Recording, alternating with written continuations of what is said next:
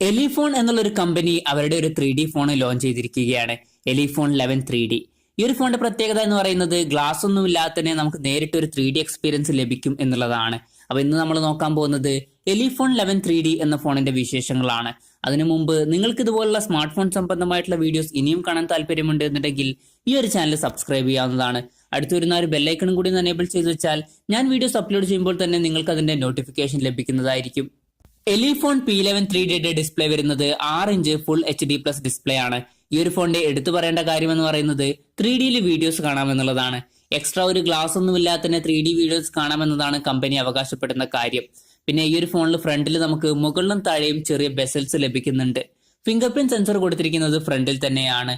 ഈ ഒരു ഫോണിൽ 2.7D കേർവ്ഡ് ഗ്ലാസ് ആണ് ഉപയോഗിച്ചിരിക്കുന്നത്.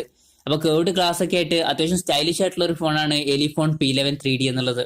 പെർഫോമൻസിനെ പറ്റി പറയുകയാണെങ്കിൽ ഹീലിയോ X25 എന്നുള്ള ഒരു പ്രോസസ്സറാണ് ഈ ഫോണിൽ ഉപയോഗിച്ചിരിക്കുന്നത്.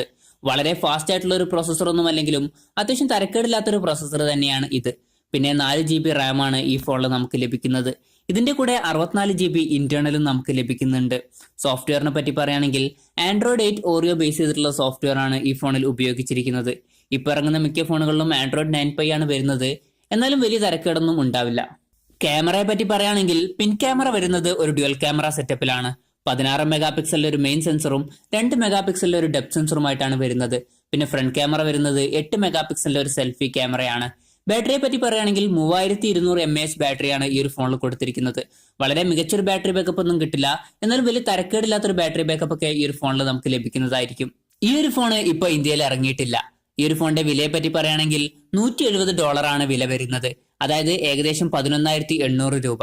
ഈ ഒരു ഫോണിന്റെ മെയിൻ ഫീച്ചർ എന്ന് പറയുന്നത് 3Dയിൽ നമുക്ക് വീഡിയോസ് കാണാമെന്നുള്ളതാണ്. അവൻ 11,800 രൂപ എന്ന പ്രൈസ് റേഞ്ചിൽ 3Dയിൽ വീഡിയോ കാണാൻ പറ്റിയിട്ടുള്ള ഒരു ഫോൺ ലഭിക്കുന്നു എന്നുള്ളത് നല്ലൊരു കാര്യം തന്നെയാണ്. മറ്റു ഫീച്ചേഴ്സിനെ പറ്റി നോക്കുകയാണെങ്കിൽ വളരെ മികച്ച ഫീച്ചേഴ്സ് ഒന്നുമില്ല, എന്നാലും വലിയ തരക്കേടില്ല. പിന്നെ ഈ ഒരു ഫോണിന്റെ മെയിൻ കാര്യം എന്ന് പറയുന്നത് വീഡിയോ കാണുക എന്നുള്ളത് തന്നെയാണ്.